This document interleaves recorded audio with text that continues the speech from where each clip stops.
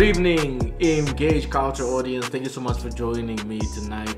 I wanted to talk about a phenomenon that's happening in the world today. It's a TV show on Netflix called the Squid Game. And it's a game that was, it's actually a TV series that's from South Korea. It's a survival drama television series that is available on Netflix. It centers around 456 players drawn from different walks of life, and all of them seem to be in financial trouble. And they're going to play a set of children's games, Korean children's games, with deadly penalties. If you manage to win, you can win 45.6 billion won. That's Korean money, which would be about 47 to 48 million US dollars. So that's the whole plot of it. That there's people who are in financial trouble. They get into this game that's similar to Survivor, and they're playing children's games. And if you're eliminated, you actually lose your life. And the whole purpose of it is, at the end of the show, you're going to win. Let's just say 45 million US dollars. You say 45 million US dollars just to round it all up. So it's a dystopian film series. Personally, I'm just in a place where I'm not watching a lot of TV. There's just a lot. There's a huge amount of my time right now. And as well, TV series. I'm not a big fan of TV series in general. I watch very few TV series when they come out because I prefer to watch a movie where it starts, it ends. Because sometimes with a TV series, there's certain episodes where you can just see, okay, here they're just trying to drag out the story so that they can meet a quota. And sometimes, for example, one thing I don't like about Netflix is Netflix are notorious for starting a TV series, you enjoy it, then they cancel it. You know, they started Queen Sono one season, and then you thought season 2 is coming, they cut it. So I don't like that lack of continuity. And as well, I don't like getting also into binge watching because sometimes when you do find a good series and you see, oh my god, there's 8 seasons of this, you end up watching so many episodes. And a good series, you're looking at an hour commitment per episode. And some series have got 10 episodes, some have 20 episodes per series. And you look 10 series, so that's like 200 hours of just watching. And I just don't have time for that. So I'm not a big fan of TV series. It's once in a while that I'll latch on to one. And this is one which I got very intrigued by, the Squid Game. So it's a dystopian film. And dystopian comes from the Greek word dystopia, meaning bad or hard place. In other words, it's the opposite of a utopia. And many times a dystopian community is a society that is undesirable or frightening. And many times in a typical dystopian film or series like the one we watched, it's oftentimes either set in the future or set in a fictional society where the government is corrupt or the people in power are corrupt. And the world within that dystopian film is always nightmarish, and it's always steeped in violence. Our current legal norms and our current Christian values and norms that we have in our current society are usually not in a dystopian society. Dystopian films always function as a radical political prophecy. Dystopian films are sort of they're a political prophecy or political commentary or a warning against something that can happen in society in the future if certain things are removed or if certain things are put in place. And there are various examples of dystopian films. You got things like Mad Max, you got Terminator. Terminator is obviously it's a dystopian film that is warning us about the dangers of technology and artificial intelligence, that if we don't manage that, we look in the future, the machines are going to take over. The Matrix also copied that idea of a dystopian future that is based on artificial intelligence going crazy. You've got Blade Runner, that's another dystopian film. Ready Player One is an incredible dystopian film which shows us the power of social media and gaming, the way we are creating imaginary worlds in this digital space where we are different characters in this digital space and we are no longer real. There's another one, Idiocracy. There's another one, 1984. 1984 was written. It's an incredible book, which actually prophesied what we're going through today, where it's extreme government control, media control, cancel culture. You can't say this, you can't do this, or you're gonna offend these people. If you offend this group, you're gonna be removed from Netflix. Dave Chappelle, if you do this. That's 1984. It's an incredible dystopian film. I highly encourage you to watch it. Obviously, Hunger Games again is another kind of dystopian film, and I'm very interested. I enjoy dystopian films. I just like to watch just the various concepts that come from there. And one of the things I've learned from dystopian films is they show us what society looks like when we remove morality, when we remove the word of God, when we remove certain values. You know, even if you don't believe in God, even if you're someone who's atheist, even if you're someone who's backslidden, I think there's one thing we can agree is that a lot of the ideas espoused in the Bible are actually good for society. Do not kill, do not steal, don't take someone's wife. Don't. There's certain aspects in the Bible which, even if you say, okay, I don't agree with Jesus, I don't agree with God, I don't need that rubbish. But there's just certain principles which bring a certain sense of morality which is needed for society to function in. And it is so, and that's what I like about dystopian films. They remove morality, they remove certain things we consider as legal norms, and they show you what society will look like. And in this dystopian film, The Squid Game, we're seeing what financial hardship, where financial hardship can push people. At the same time, we're seeing what financial abundance, that people who have a lot of money can also be corrupted. And we're seeing how that plays out, the tension between the rich and the tension between the rich and the poor. And particularly, I like the writer's selection of the people he used, that they were not necessarily poor, but there were people who went into financial hardship through a lot of bad decisions they had made. So the writer actually, Mr. Wang, he conceived the idea based on his own economic struggles in South Korea. And there's a certain class disparity in South Korea that he wanted to convey. And I think he did a fantastic job of that, to bring us into just what inequality looks like in an environment like South Korea. Because we in South Africa, sometimes we can start to think that no, we are the most unequal society, and every other country, everything is hunky-dory, everybody is living large, and we don't realize that some of the problems we have are also relevant in other territories and in other places. So right, there's 10 things I learned from the Squid Game, which I just want to share with you. And I'm going to try not spoil some of the key plot points for those who haven't watched it, or for those who are still watching it. I'm going to be very careful not to spoil the entire film for you. I'm just going to try and work as methodically as I can without spoiling the major aspects of the plot. So there's not going to be heavy spoilers, but there's going to be light spoilers. There's going to be very light spoilers, which at least if you're going to be reading, for example, even if you watch a trailer, when you watch a trailer, there's light spoilers. There's not heavy spoilers. You get an idea of what it is about, but without understanding some of the key twists in the plot. So I hope that I'm going to be able to convey these ideas without spoiling the film for you. And for those who've watched it, the points will make a lot more sense to you. Number one, the first point I learned from this is the writer was rejected for 10 years. He wrote the script, and for 10 years it was not accepted. And one of the things I learned is when you produce something of quality, when you produce something that has meaning, sometimes it doesn't resonate immediately, but you've got to keep on working on it, and you mustn't give up. Because if you know that this is dope, this is great, this is amazing, you've got a responsibility to keep pressing and to keep pushing it out there and to keep believing in it until it comes to pass. So that really inspired me. And all it takes is one door open for this man.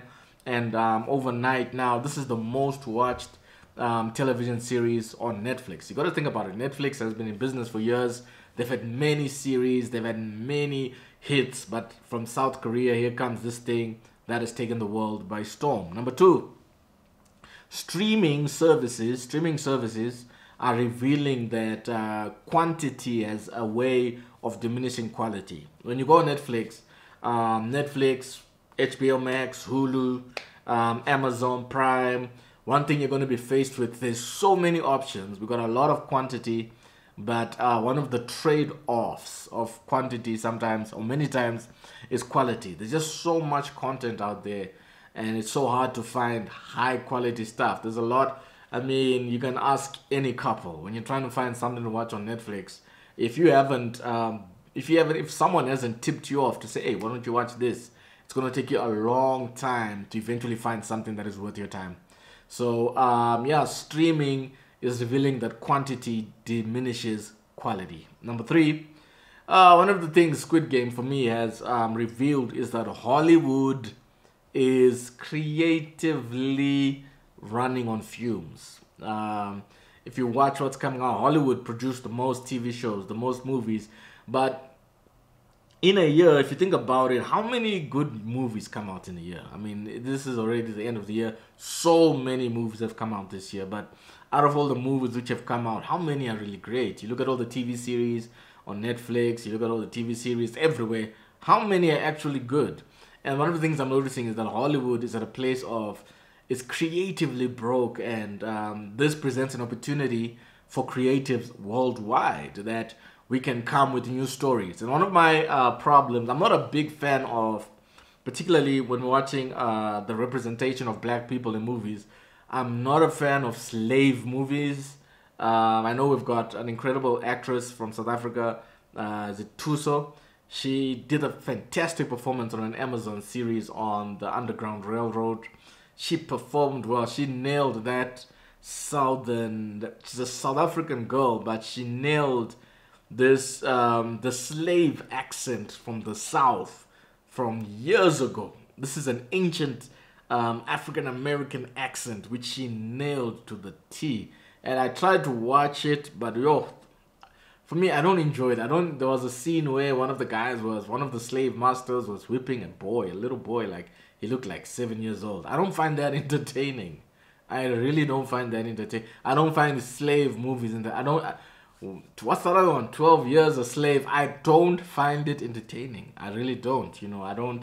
I don't feel edified, inspired by those stories. So personally, I'm not a big fan of those. I'm not a big fan of the African American hood stories where there's F this, F that, and every 2 minutes, hey my nigga, what?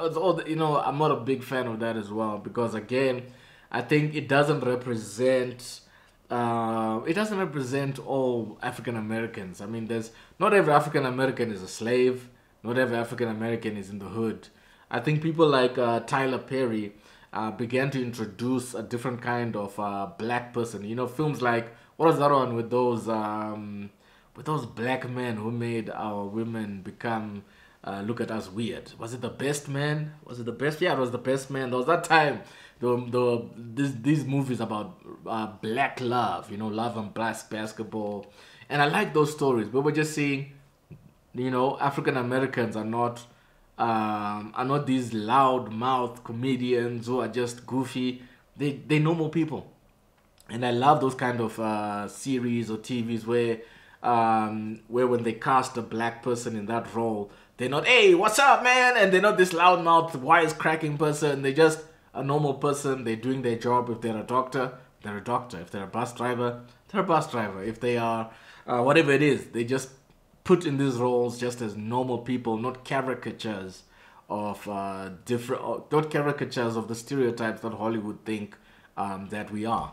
So I really liked Tyler Perry began to introduce, apart from Medea, which was just something else, but just seeing black people in the middle class, working good jobs, driving cars, living in nice houses. I mean, that was nice for us. So I like blacks being represented just as normal people with stories, because I believe that there are more stories to blacks in America and Africa That's why I also didn't like that coming to America too, where the Africans are. Oh, no, no, no. I'm not a big fan of that as well, because in Africa we're normal people with dreams, desires, and engaging stories. You know. And another thing I also don't like is when we also want to take a white historical figure and make them black. You know, like Robin Hood was a black man. I mean, it's like don't I find it intellectually lazy in that you're not trying to also discover who are the heroes in Africa, who are the heroic figures, and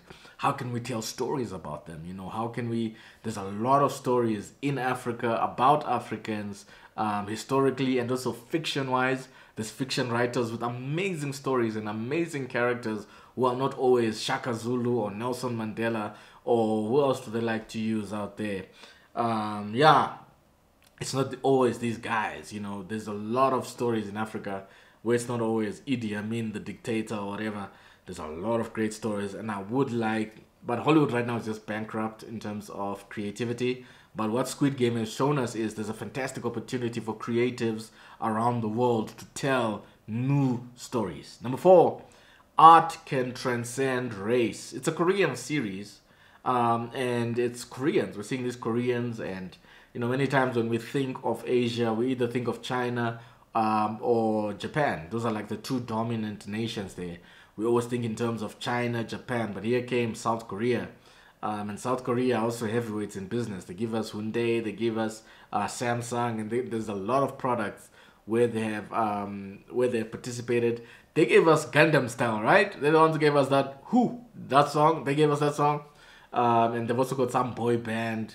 So what I like is this nation, South Korea, they really began to they've transcended their environment, and they have think about it, guys. You got to really think about it. This is the most watched media product on Netflix. Netflix, an American company which promotes and pushes a lot of American content. Here comes this Korean art which just captivates the world. So I'm so excited about that, because art can transcend race, can transcend where you come from. When art is good, it's good. Number five, it shows us the power of storytelling. The power of storytelling, and creating characters with stories that connect with people. And I'm sure that as you're watching it, you're going to connect with certain people. And there's power in storytelling. We need to be people. We need to use the medium of storytelling to touch people's lives and to tell a different story about Africa. We need to engage in this thing and let people know about us and know about what God has placed in us and know our unique journey as we're charting our way through our various ups and downs. And as we are progressing into the future, we need the emergence of storytellers who can tell engaging stories which resonate with people deep down inside. Number six, one of the things about Squid Game is everyone is in that game because of disorder and confusion. The main protagonist is a gambler. He's someone who just loves gambling, and he's just a person in disorder. So everyone who's in there, of the 456 contestants, they are there because of disorder. Disorder will take you into a dystopia. You've got to be someone who brings order to your life. Make sure you always bring order to your life and keep your things in order. Number seven, being desperate for money makes you vulnerable to abuse by the rich and powerful. Never come to the point where you are desperate, where you are at this point where I'll do anything to get money. You've got to have certain standards, certain barriers that I'll never do that. I won't compromise my values. I won't compromise my beliefs in order to get money. Being desperate for money makes you extremely vulnerable to the rich and powerful.